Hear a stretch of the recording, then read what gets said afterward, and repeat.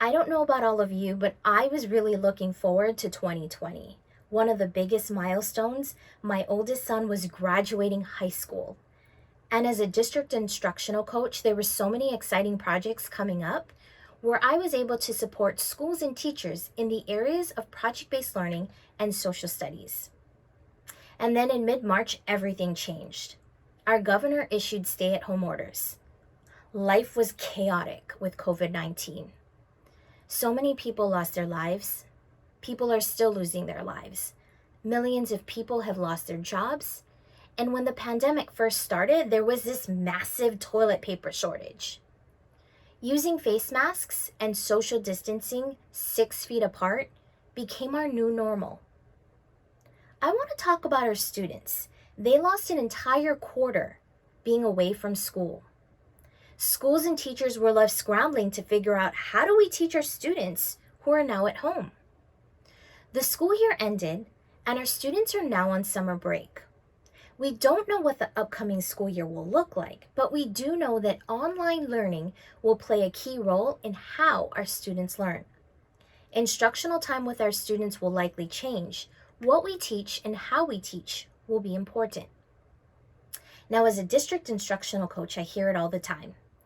You know, social studies is number 4 on the list because ELA math and science happen first. Why? Because of high stakes testing. One of the goals of the C3 framework is to build critical thinkers and problem solvers. And I think you can all agree with me, especially at this moment in time, we need our students to have these success skills. So how do we get students to be critical thinkers and problem solvers? One solution is through project-based learning. Pbl Works defines project-based learning where students work on a project over a period of time. They are engaged in either solving a real-world problem or answering a complex question. And they demonstrate their knowledge through a project that they share with an audience. And believe it or not, project-based learning is also an excellent way to incorporate literacy education. I know a lot of times teachers cringe when they hear the words project-based learning because they may have heard from others that it takes too long and it's a lot of work. So how can we make project-based learning more manageable? How can we lift up literacy? Ron Berger said, there is no project that doesn't involve literacy, reading, writing, speaking, or listening. And he's right. I'm going to focus on the project path from Pbl Works. The project path is the path that students go through during a project, and it illustrates the learning process in a project-based setting. For teachers, the project path provides that concrete yet flexible structure for project design and implementation. Before I take you through the project path, I want you to keep this in mind. Project-based learning should be for all of our students. And the project that you design should align to meaningful academic goals and success skills. So let me walk you through the 4 phases of the project path. The first phase is the launch phase. This is where we launch our project through an entry event and we introduce our driving question. The entry event should get our students engaged and to care about the project. You also want it to spark wonder to begin the inquiry process where students will generate their own questions. A literacy opportunity here is to have students do some reading on a topic that interests them. The second phase is where we build knowledge, understanding, and success skills to answer the driving question. I mentioned earlier that instructional time with our students will change. And online learning will probably play a big role in how our students are going to learn. So we need to be intentional in what we teach. Keeping this in mind, what academic goals will be most important for this school year? In this phase of the project path, we build knowledge about the project through student-generated questions. And to help build that knowledge, students could be reading a variety of texts, maybe books, articles. They will likely conduct research, and they might even be interviewing an expert. In the third phase is where we develop and critique products to answer the driving question. In this phase, students will get feedback from teachers, peers, or experts so that they can improve their work. Using protocols with students is a great way to provide structure to support both speaking and listening in this phase. Now, the second and third phase of the project path are iterative, meaning it can go back and forth. As students get feedback, they will likely have new questions, which will require them to build more knowledge about the project. The fourth and final phase of the project path is where students present products and answers to the driving question. It's important for students to make their work public. Yes, to celebrate success and to showcase their product, but more importantly, to share their PBL journey and reflect on their next steps.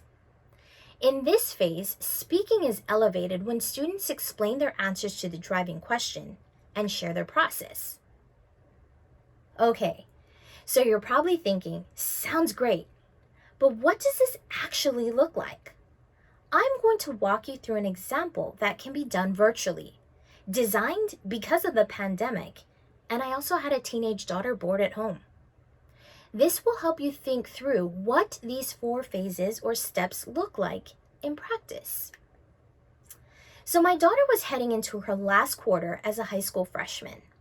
Because of the stay-at-home order, she was stuck at home. Several weeks had gone by and she really missed seeing her friends. Sure, she was able to create TikToks and FaceTime, but if anyone has a teenage daughter, you can probably relate to how awful this experience was for her, feeling like the world was ending because she wasn't able to socialize. So I decided to do a virtual PBL project with her and her friends. I used the project path to help guide me. The friends, as the girls referred themselves to, all had laptops and internet access at home. We used Zoom as our platform to meet virtually. They all enjoyed cooking, so I knew this project idea was going to engage them. Every time we met virtually, I usually spent the first 10 minutes, I like to call it virtual recess, for them to catch up and share bright spots with each other.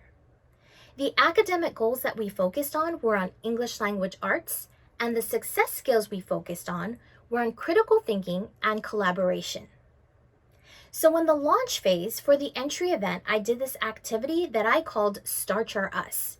Using Google Docs, the friends had 3 minutes to complete a table where they needed to list all the different names of noodles, rice, and bread they could think of. For example, for noodles, they typed in things like pancit, spaghetti, udon. I then had them read this fantastic article I found on National Geographic titled Exploring the World Through 9 Different Breads. They all read the article independently. I had them use close reading skills and annotate as they read. When they were done, we discussed the article. From there, I introduced the driving question, how do the foods we eat connect us?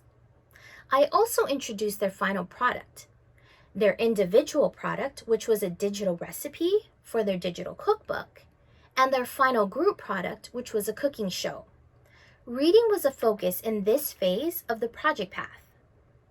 Now in the build knowledge phase, the friends generated questions about the project. I used these questions to help build their knowledge. Each of the friends selected a recipe. And to help build their knowledge, I had them read articles, watch videos, and conduct some research. I created a digital learning log that kept all of their questions, links to resources, research, reflection, and feedback all in one location. I used this learning log as a formative check so I knew where they were each time we met. Reading and writing was a focus in this phase of the project path. In the develop and critique phase, we co-constructed criteria for both their individual and group product. In the early stage of the product or project, we worked with a partner to give and receive feedback.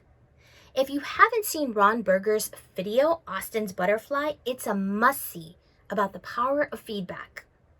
We used his 3 rules: be kind, specific, and helpful when giving feedback. For the second feedback, I brought in 2 community experts who worked in the food and beverage industry at a local hotel.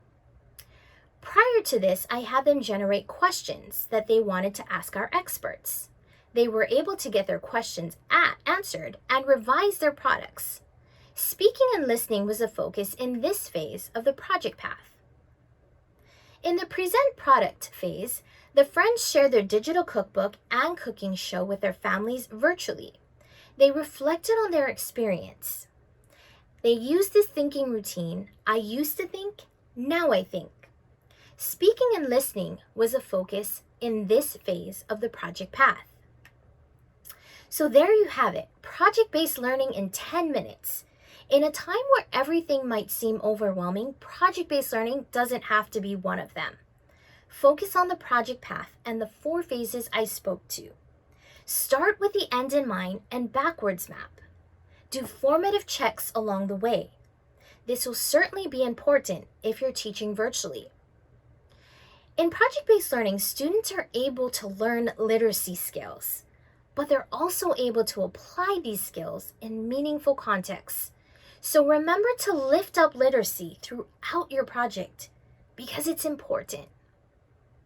What we learn about education during this time will ultimately improve both education and teaching for all of our students. The pandemic has caused so many emotions, and while challenging, has given us the opportunities to reflect, learn, and grow.